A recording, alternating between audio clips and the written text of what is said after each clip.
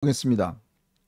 자, 계엄령이 참 서울의 봄 영화에서나 봤던 계엄령 이야기가 갑자기 또 태어났어요. 네네. 참 이게 희한한 게 옛날에 그 추미애 때 박근혜 대통령 그때 있을 때 추미애 때 이 계엄 이야기를 한번 하더니 문재인이 그때 집권하고 난 다음에 군 정보사령부가 기무사가 계엄령을 했다 해갖고 그때 난리하면 쳤지 않습니까? 네네. 자, 그러다가 이번에 또다시 이제 계엄령 이야기를 많이 나오고 있습니다. 어제 김민석 최고위원이 또 이런 이야기를 했어요. 최근 정권의 흐름의 핵심은 국지전과 북풍 조성을 염두에 둔 계엄령 준비 작전이라는 것이 저의 근거 있는 확신입니다. 도대체 뭔 근거가 있는지 모르겠습니다. 앞서서 김병주도 똑같은 이야기를 했습니다. 지금 계엄령을 발동하려고 한다. 이번에 특히 김용현 국방부 장관 후보자 인사 등등을 놓고 이렇게 이야기를 하는 모양인데, 아니 지금 백주대낮에 왜 갑자기 계엄령 이야기가 나오죠? 여러 가지 이유가 있어 보이는데 네. 저는 그 중에 한 가지가 뭐냐면은 자기들도 아는 거예요. 지금 얼마나 국회를 개판으로 만들고 네. 우리나라 정치를 진짜 기절 상태까지 만들어놨는가.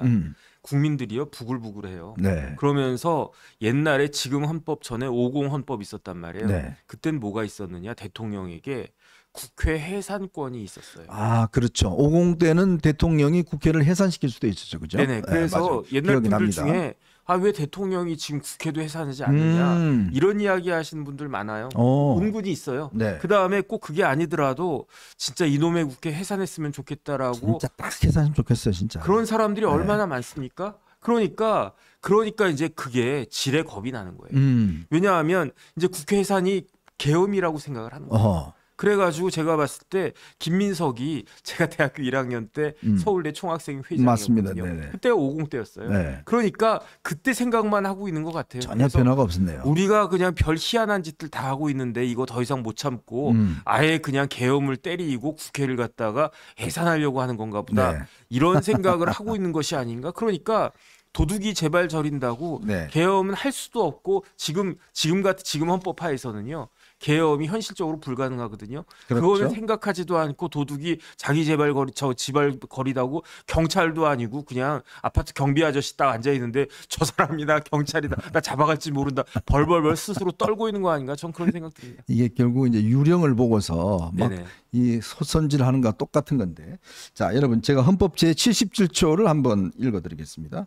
이 대통령은요, 전시 사변 또는 이에 준하는 국가 비상사태에 있어서 병력으로서 군사상의 필요에 응하거나 공공의 안녕 질서를 유지할 필요가 있을 때 법률이 정하는 바에 의해서 계엄을 선포할 수 있다. 계엄은 비상계엄과 경비계엄이 한다. 그런데 이런 조항이 있습니다. 계엄을 선포할 때는 대통령은 지체 없이 국회에 통과해야 한다. 국회가 제적의원 과반수의 찬성으로 계엄을 해제를 요구할 때는 대통령은 이를 해제하여야 한다. 그러니까 결국은 대통령이 비상계엄이나 경비계엄을 하더라도 바로 국회가 지금 150석 이상이 만약에 이게 해제를 하면 네네. 바로 해제된다는 거 아니겠습니까? 네네.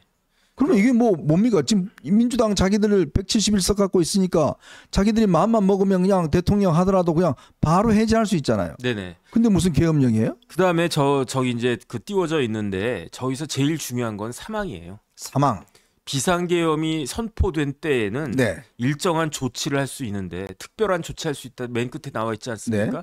특별한 조치가 어떤 조치냐? 영장제도. 쉽게 영장제도. 말하면 비상계엄 되면 구속영장 발부받지 않고도 사람 잡아가둘 수 있어요. 네. 그다음 언론, 출판, 집회, 결사의 자유. 그러니까 여기에 대해서 제한을 가할 수 있어요. 저기 집회 못합니다. 그다음에 언론, 출판 이런 것도 저 못 내갑니다. 이렇게 할 수 있는데 그다음 보세요. 정부의 권한에 대해서 특별한 조치를 할 수 있다. 어허. 또 뭐가 있습니까?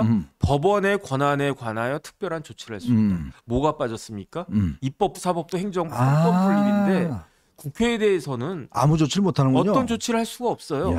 그다음에 더 중요한 건 뭐냐면은 계엄법이 있어요. 계엄법. 네. 계엄법 13조에 뭐가 되어 있냐면 국회의원에 대한 불체포 특권이 유지된다라고 되어 있어요. 이게 무슨 말이냐면 쉽게 말하면 5항에 보면은 국회가 재적의원 과반수 찬성으로 계엄 해제를 요구한 때에는 대통령 해제해야 된다 이렇게 돼 있잖아요. 네네. 그런데 예컨대 계엄을 딱 때려 그다음에 그 밤 사이에 군인들 쫙 풀어가지고 지금 야당 의원 192명이지 않습니까? 네. 그 사람들을 다 잡아 가두는 거야. 아, 어디 영화에서 많이 보는 것 같은데. 그러면은 저 국회가 재적의원 과반수 찬성으로 계엄 해제 요구할 수 없을 수도 있잖아요. 네네. 그러니까 192석을 갖고 있다고 하더라도 윤석열 대통령이 뭐 이렇게 국방부 장관 통해가지고 육군 참모총장 통해가지고 다 잡아들여 그러면은 우르르 다 뭐 그러면 시원할 것 같은데 뭐 누구야 저기 이재명부터 조국부터 해가지고 네. 다 잡아들인단 말이에요. 그러면 계엄 해제가 안 되는 거지. 이런 일이 있을까봐 계엄법에 국회의원은 체포되지 않는다. 아. 계엄이 된다고 하더라도. 그러니까 지금과 같은 상황에 있어서는요. 지금 만약에 윤석열 대통령이 오늘이 며칠입니까? 22일이잖아요. 네. 오늘 계엄은 설포하겠습니다. 국민 여러분 지금부터 계엄입니다. 이렇게 해봤자 23일 내일 국회의원들 쫙 모여가지고 야 저 해제해. 그러면 바로 해제. 법적으로 해제될 수밖에 없고 네. 그다음에 윤석열 대통령은 역풍 맞을 수밖에 없어요. 네. 왜냐하면 그 계엄의 사유가 뭡니까? 전시, 사변, 이에 준하는 국가 비상상태. 그러니까 북한이 침공하지 않는 이상은 사실 어렵군요. 우리나라에서 계엄 몇 번 있었는지 아십니까? 16번이나 있었어요, 계엄이. 그래요? 그런데 왜 16번이나 있었는지 아세요?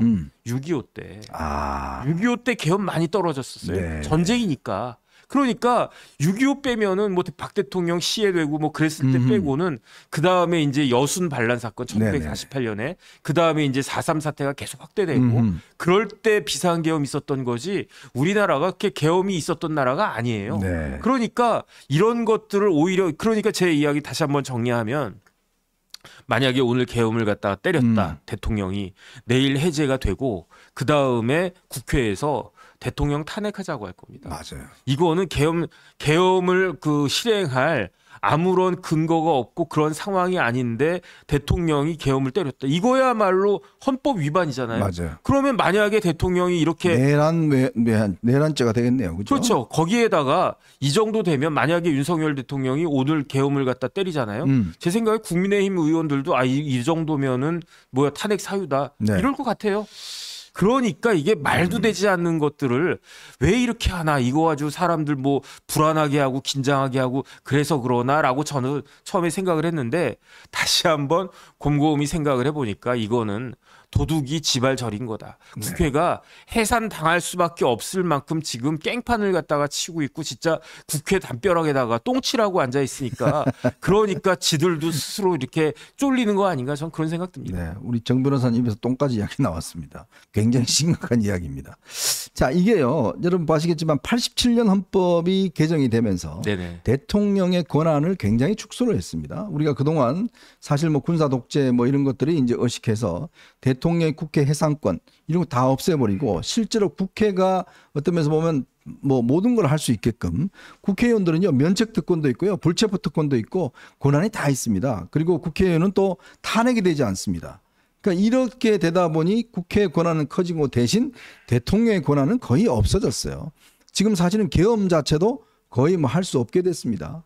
자, 그런데 왜 할까? 제가 곰곰이 생각해 봤어요. 네네. 그런 몇 가지 의도가 있는 것 같아요. 첫 번째 의도는 뭐냐면 이 계엄을 이야기하는 이유는 결국은 지난번 이 박근혜 대통령 그때 헌법재판소 때 그때도 계엄을 이야기했잖아요. 네네. 그때 뭘 추동했냐면 촛불 집회를 추동한 겁니다. 자, 대통령이 저런 거 하려고 그래. 네. 나쁜 사람이야. 자, 그러니 우리가 어떻게 되겠어? 자, 여러분 광화문으로 다 나오세요. 촛불 드세요. 대통령 탄핵을 외칩시다. 라는 거를 지금 자락을 깔기 위해서 지금 저렇게 선동하고 있는 거다. 네네. 뻔히 알아요.